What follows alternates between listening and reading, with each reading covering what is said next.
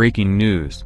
Scotland Yard and CIA fight over Trump's protection from 55,000-strong angry mob in UK. Scotland Yard and the CIA are currently embroiled in a fierce battle over who will be in charge of the US president's security when Donald Trump visits the UK in under 2 weeks' time. Around 250 armed US Secret Service agents will fly in with the Republican firebrand on July 12.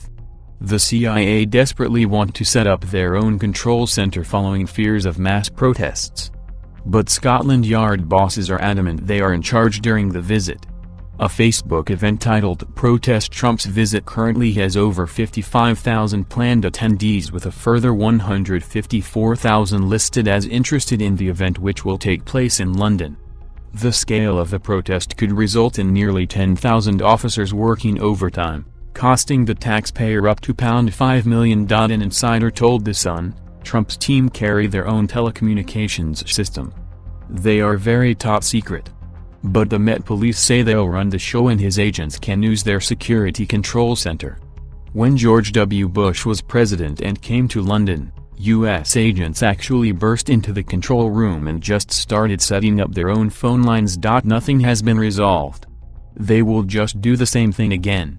Safety for a foreign leader's visit is usually the responsibility of the host nation. But U.S. agents are extremely worried at the thought of over 200,000 demonstrators.